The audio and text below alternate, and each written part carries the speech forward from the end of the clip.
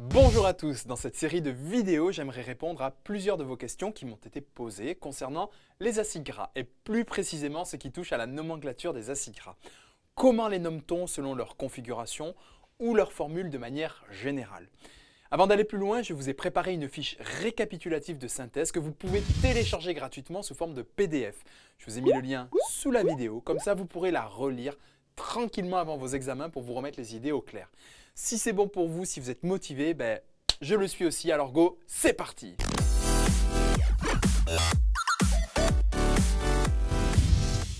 La question qui m'a été posée correspond à la manière de nommer les acides gras avec les noms communs, mais aussi les noms systématiques. Et oui, selon les filières, il peut vous être demandé d'écrire des noms à partir de formules ou inversement, à partir d'un nom, d'écrire sa formule.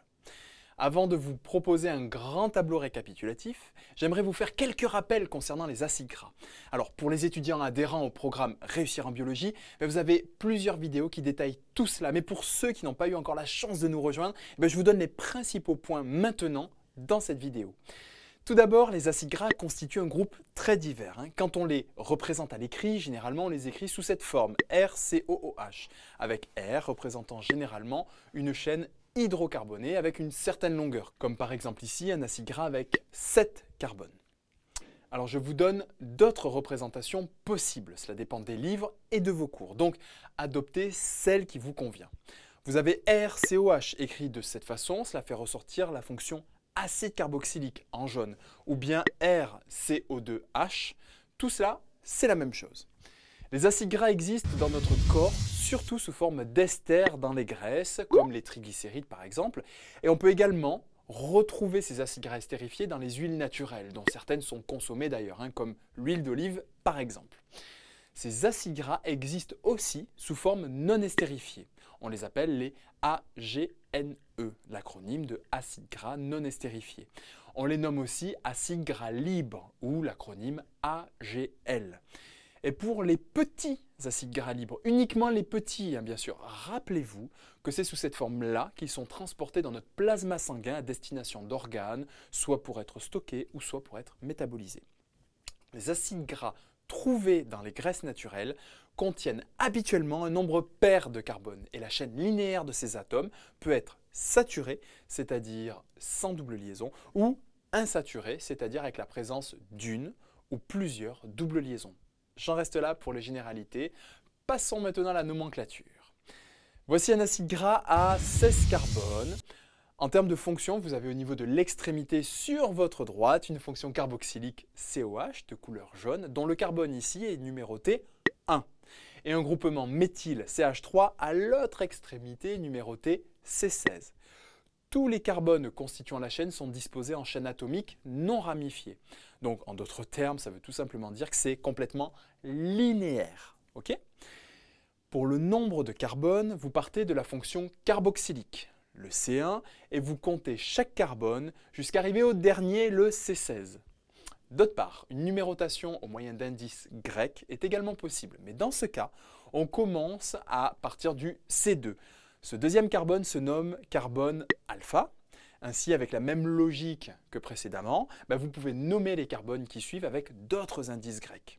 Vous avez ensuite le troisième carbone appelé bêta, puis le quatrième carbone appelé gamma, etc. etc. L'atome de carbone du méthyle à l'extrémité distale ici de la chaîne, sur votre gauche complètement à l'écran, est appelé atome de carbone oméga, avec l'indice, le petit W que vous avez. Concernant la nomenclature systématique ou systémique, car la question à la base c'était surtout celle-ci. C'est construit à partir du nom de son hydrocarbure apparenté, c'est-à-dire ayant le même nombre de carbone avec le même arrangement. Vous rajoutez juste le suffixe oïque à la fin du nom de l'hydrocarbure et vous enlevez le E. Alors voici un exemple pour vous. Prenez un acide gras saturé en 18 carbones, un C18. Son hydrocarbure apparenté est l'octadécane. Vous rajoutez oïque à la fin du mot, à la place du E, cela vous donne l'octadécanoïque. Maintenant, imaginez que vous ayez une double liaison présente dans la molécule ici, eh bien son nom sera un octadécénoïque. Et oui, on passe ici d'un alcane, pour l'exemple précédent, à un alcène, c'est-à-dire un hydrocarbure insaturé comprenant une double liaison covalente entre deux atomes de carbone. Maintenant, imaginons que cette double liaison se localise au niveau du 9e carbone. Donc, que la double liaison se trouve entre le 9e et le 10e carbone au niveau de votre chaîne carbonée. Le nom sera le 9-octadécénoïque. Ici, le chiffre vous indique à partir de quel carbone vous avez la double liaison. Si vous avez une double liaison supplémentaire au niveau du 12e carbone, alors le nom sera le 9,12 octadécadiénoïque. Ici, je viens de rajouter avec les chiffres l'emplacement des deux doubles liaisons en position 9 et en position 12. Puis au niveau du nom, vous avez un C18, donc un octadéca. Et comme vous avez deux doubles liaisons, vous rajoutez diène à la place de l'octadéca. Cela vous donne le 9,12 octadécadiénoïque. Si vous aviez eu trois doubles liaisons en 9, 12 et 15e position, cela donnerait, par rapport au modèle, un 9, 12, 15 octadécatriénoïque. Voilà, je pense que vous avez compris l'idée. En termes de symbole, pour votre acide gras en 18 carbone, on le représente comme ceci, avec 18, 2 points, l'un sur l'autre, 0. Je vous l'écris en vert pour bien le voir. Cela vous indique ici un acide gras en 18 carbone sans double liaison. Pour l'exemple en dessous, avec une double liaison, vous le représentez comme ceci. 18, 2 points, l'un sur l'autre et un 1. Dans le cas de deux doubles liaisons, ce sera 18, 2 points, 2.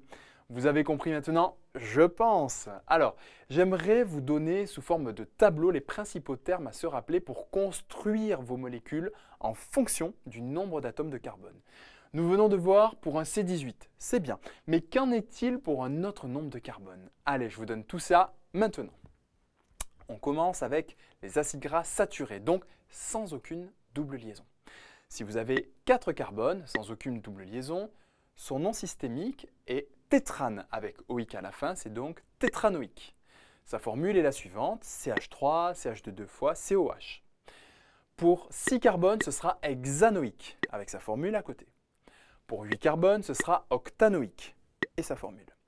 Pour 10 carbones, ce sera décanoïque et la formule. Pour 12 carbones, ce sera dodécanoïque avec sa formule. Pour 14 carbones, ce sera tétradécanoïque et la formule. Pour 16 carbones, ce sera hexadécanoïque et ça. Pour 18 carbones, ce sera octadécanoïque avec sa formule ici.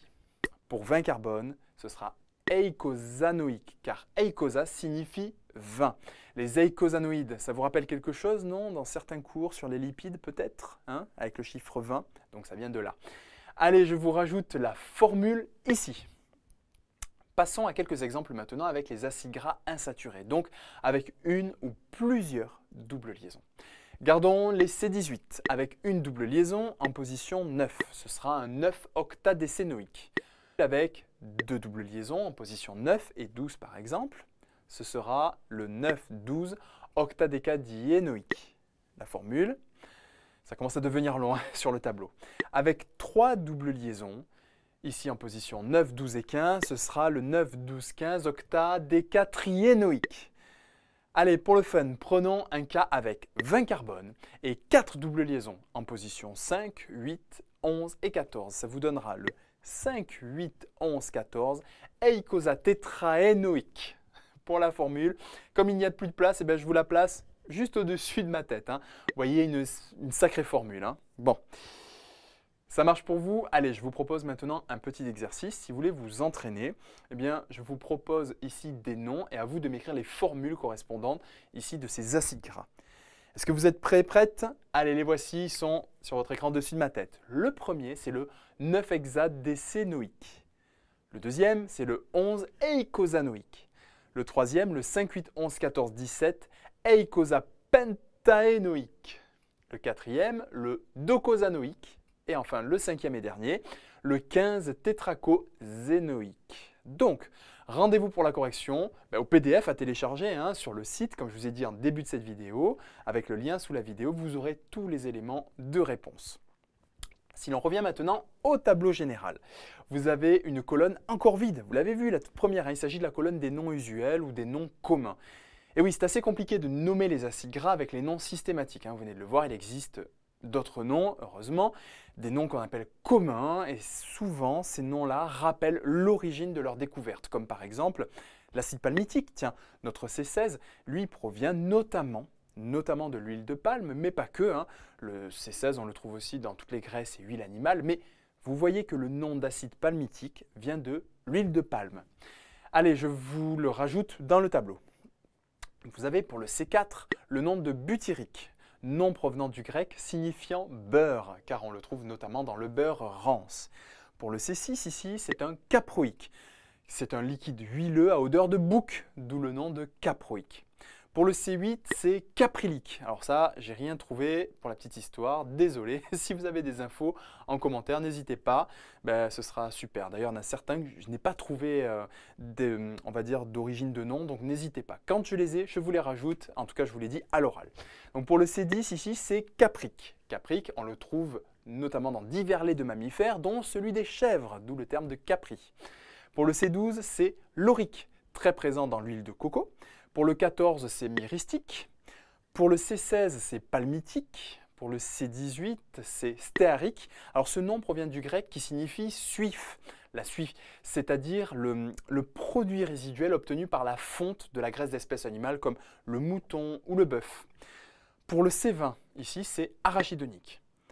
Concernant les acides gras insaturés maintenant, le C18 avec une double liaison en position 9 est appelé acide oléique. Le C18 avec deux doubles liaisons, c'est l'acide linoléique. Celui avec trois doubles liaisons, c'est l'acide linolénique. Enfin, le C20 avec quatre doubles liaisons, c'est l'acide arachidonique. Je vous l'écris alors ici plus petit, hein, je vous l'écris plus petit dans le tableau pour qu'il rentre dans la colonne. Mais il n'y a pas de différence de propriété, outre le fait qu'il y ait 20 carbones. Hein, c'est simplement qu'il rentre et qu'on n'ait pas quelque chose sur plusieurs lignes. Voilà, par commodité. Donc ne vous inquiétez pas par rapport à la taille. Gardez en tête maintenant que les acides gras sont ionisés au pH physiologique. Et il convient donc de les écrire sous forme carboxylate. Donc un acide palmitique finalement s'écrit sous forme ionisée palmitate. Un acide laurique s'écrira alors laurate. Un acide palmitique s'écrira palmitate. Je pense que vous avez compris le principe. Je ne vais pas faire une vidéo trop longue pour vous. Là, ici, dans le PDF, je vous mettrai toutes les formulations pour chaque exemple. Ça vous va ? Voilà les amis, j'espère que vous n'aurez plus de problèmes au niveau des noms systématiques et usuels des acides gras. Deux annonces maintenant avant de vous laisser. J'ai réalisé pas mal de petites interviews d'étudiants, d'anciens étudiants et d'enseignants, et je continue à en faire d'ailleurs. Elles se trouvent sur la partie blog du site Réussir en biologie. Elles sont toutes en accès libre. D'ailleurs, à chaque nouvelle interview, j'informe la communauté sur Facebook et par mail pour ceux qui se sont abonnés à la newsletter. Et je demande aux personnes interviewées leurs astuces, leurs méthodes de travail et qu'est-ce qu'ils donneraient comme recommandation, comme conseil à un étudiant pour réussir ses études. Je pense vraiment que ces vidéos et leur contenu peuvent vous aider. Donc allez les voir et n'hésitez pas à les partager si vous pensez qu'elles peuvent être utiles autour de vous. Deuxième annonce, n'oubliez pas de télécharger gratuitement les exercices en biologie cellulaire et biochimie pour vous tester. Je vous propose des vidéos complètes de correction avec toutes les explications. Ça me fait plaisir de partager ça avec vous. Le lien est également sous la vidéo. Enfin, pensez à télécharger le PDF de cette vidéo. Je vous ai fait des figures assez grandes avec beaucoup de couleurs, avec tous les noms, quelque chose d'assez aéré qui vous permettra de relire rapidement tout cela avant vos examens sans obligatoirement regarder à nouveau la vidéo. Allez, je vous dis donc à très bientôt. Ciao!